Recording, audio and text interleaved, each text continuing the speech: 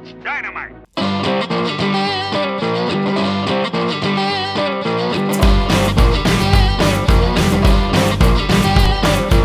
Hey guys, hello gorgeous.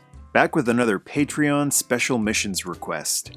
This one comes from general level patron Adam Burkett, who many of you know from the Patreon Hangouts Transformers commentaries that have been recently on the channel. Adam requested that I review the top 5 rarest items in the 80s toy museum. For this particular video, I'll stick to the top 5 rarest vintage toys, and I'll save the rarest modern items for another request. I'm also not going to talk price tags here, because that's one thing that really sucks the fun out of toy collecting for me. I love getting a valuable item for a great price, but I don't like to dwell on the money aspect of it. I know there are a lot of collectors who mostly talk about money when they discuss their toys though, so for those collectors who demand to know what I paid and what it's worth, Excuse me! This is a passion of mine, not a business, and while I recognize the value of some of these items, it doesn't make them any more or less special to me. But it does remind me of how hard it was to track them down, and it makes me appreciate having them. As usual, I'm going to bend the rules and make number 1 count for 3 items, all from Kenner's Centurions line, since all 3 are equally hard to get. Centurions was cancelled after only one wave, but a few toys were released after the toy line's cancellation. Actually, it was more like they escaped than they were released. We'll start with Seabat, Max Ray's mid-sized weapon system. Skybolt, beam me and Seabat to Ace's coordinates, fast!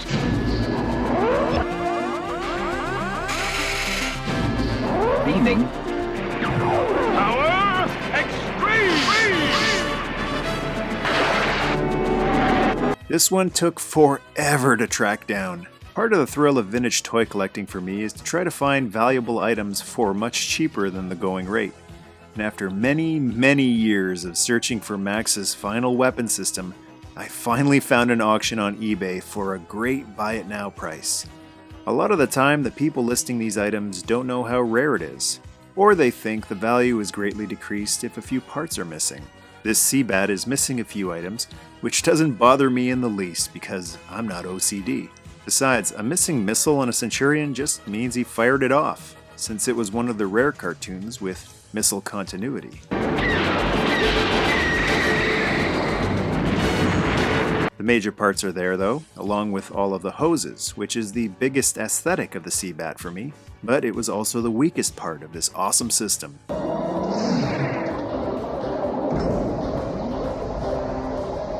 Like a lot of Centurions weapon systems, it also has some moving parts. You turn this knob right here and you got some jets that turn, and a pump on his chest that goes up and down. I'm genuinely sorry that this weapon system is so rare because I think it's one of the best looking Centurions weapon systems. Definitely cooler than Cruiser or Tidal Blast. Another rare Centurion item that escaped after the cancellation is the Traumatizer. Traumatizers, attack!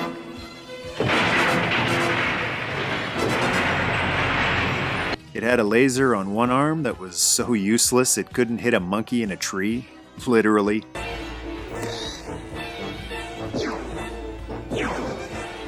Okay, it was actually an orangutan. They also had a giant missile in the body that would hit things, as long as they were inanimate objects.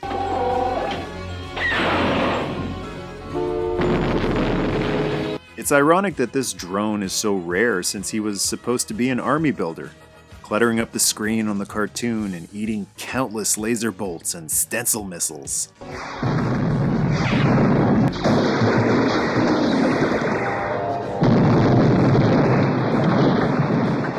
Like the Doom Strafer, the Traumatizer could combine with the villains, Doc Terror or Hacker.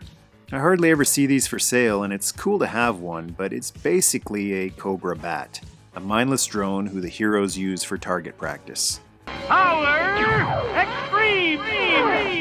The third rare Centurions item is the Swing Shot weapon system for Jake Rockwell, rugged land operations specialist. This new swing shot weapon system works like a dream. And I thought I was dreaming when, after decades of searching, I finally tracked one down. A real addition to my weapon systems arsenal. Like Seabat, it was released in small numbers after the toy line's cancellation. This one was actually mint in box when I got it.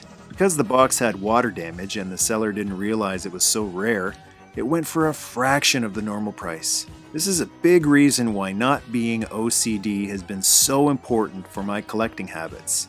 An all or nothing mentality would have made me lose out on a lot of great items. So instead of seeing a heavily damaged box, I saw a brand spanking new swing shot inside.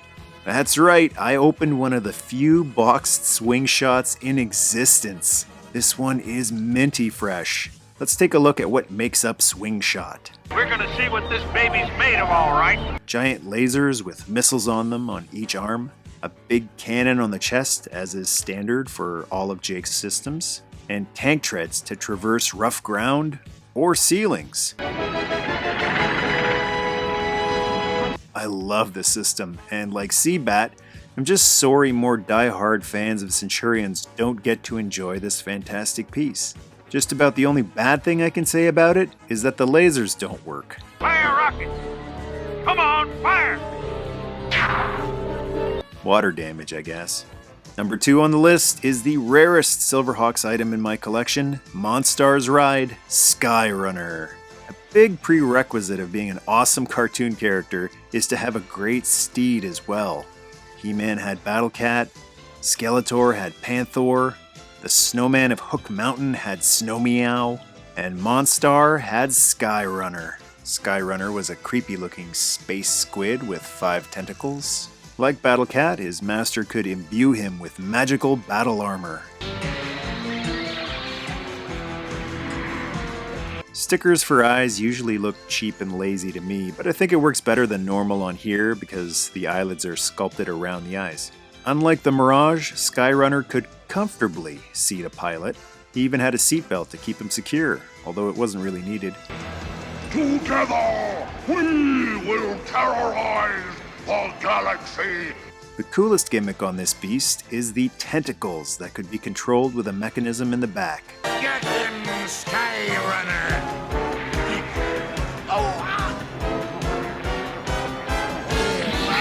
That's not his only method of mayhem. He's also got a big blue missile underneath that's packed with 80s level of unsafe spring power. There's also a handle underneath to hold on to give you a more secure grip when you're flying Skyrunner through the Limbo Galaxy, or the living room. I got this one as part of a giant lot of Silverhawks items that included the Mirage, Sprinthawk, and a bunch of figures, putting several long searches to rest all in one shot. Next up is one of the last original Thundercats, and the last Thundercat I added to my collection. Thundercat Bengali. Brother. Released in the final wave of the original Thundercats toys, Series 3, I never got a chance to pick this one up as a kid, even though Tigra was my favorite Thundercat, and I always wanted his brother. Actually, some argue that Tigra and Bengali aren't biological brothers. Why not? Because Tigra is akin to royalty, an official Thundercat on Old Thundera, while Bengali was just a commoner, and Tigra calling him brother was more an acknowledgement that they were both from the tiger race of Thundera, not actual brothers. Although if that's the case, it makes you wonder why they had Peter Newman, the voice of Tigra, also voice Bengali as well. Maybe it's because there were only like 4 voice actors on the show. But I digress. I had several opportunities to get Bengali in recent years, both at conventions as well as online, but the price was always too rich for me. He goes for quite a bit more than most of the other Thundercats, especially if he includes his hammer. I'm impressed, Bengali. I was a blacksmith on Thundera. I actually picked this figure up recently at a convention in my own mid-sized town of Kitchener for a great price. It's my guess there are some secrets in that hammer, too. That's right, Lion-O. This is a reproduction hammer, not an original, which is why the price was right for me. Luckily, there are a lot of fantastic plastic smiths who can make you replacement weapons and accessories to complete your vintage toys for a fraction of the price, because people who aren't rich can have nice things too. So if some toy collector tries to shame you for having repro parts, tell them to get a repro clue, because their original one obviously isn't working anymore. Number 4 is from Bravestar, the evil Thunderstick, whose blasting arm can defeat most anybody. The rarest of the Bravestar figures. Being a sucker for chrome, Thunderstick is one of my favorites from Bravestar. This one still has nice gleaming chrome on his face, and eyes that glow like nuggets of carium. He's got a removable hat, and underneath is his brains? Robo-brains? Or is it supposed to be a cyborg? Regardless, it's just as creepy as Dr. Bad vibes. He's got a button on his back that controls his blasting arm. Sorta evens things up a bit now, right? It's a great gimmick. Looks like a switchblade popping out. And if you keep pressing the button, it gives him a blasting motion. Wreck the place! No! Wait! My sectars! My visionaries! Stop! No! Not the ultimate USS Flag! We need a galactic marshal up in here!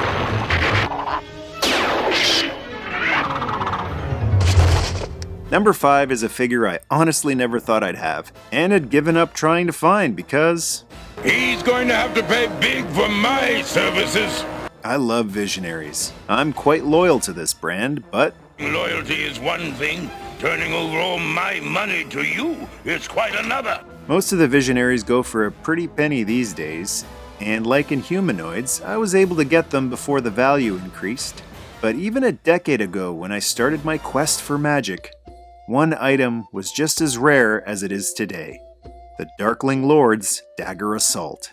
Anytime it would show up on eBay, it was far out of my price range, until one day it popped in a search for just Visionaries toys. The seller didn't know what it was called, and obviously didn't know what it normally went for, and once again, because it was missing some pieces, thought it would be worth much less.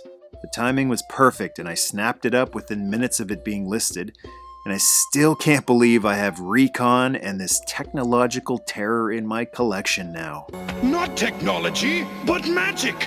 Most of the Visionaries figures were given staves imbued with magic, but a few were given the magical power to bring life back into vehicles in a world where technology had seized up. This must be the great power Merklin promised us. The Dagger Assault has a number of features. The first one I'm hoping someone watching this will be able to help me with. There's a plunger in the back that doesn't seem to work on mine. It looks like it should go in, but it feels like applying any more force might break something. It looks like it's connected to the front bumper somehow, so maybe it acts as a battering ram? If anyone else has a Dagger Assault, let me know how it works. I don't seem to have the magic required to bring this feature to life. Other features include the Catapult. Quiet, idiot! Catapult him! And I love vehicles within vehicles. This one has its own little recon jet, pardon the pun, called the Dagger Dart. The launching beam can also be raised up to help get the dart even more altitude after launch. And being a Visionaries toy, there's some lovely holograms too. The Prism-style holograms are generally not as striking as the 3D ones featured on the chests and staves, but the Dagger Assault's Prism holograms seem to jump out more than the ones on other Visionaries vehicles. And there's Recon's hologram Totem of the Lizard. There's the dreaded chamber that sapped spectral knights of their magical powers.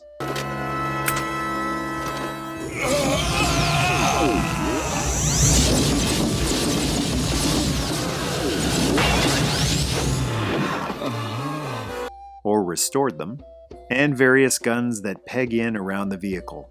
If you're a completist but don't have a lot of extra cash, I'd highly recommend taking my approach to collecting, and stop being a completist. There is no profit in resisting. Yes, this one is missing a bumper piece, a chamber door, a few weapons, and Recon's helmet, and that's exactly why I have it. All or nothing mentality usually leaves you with nothing.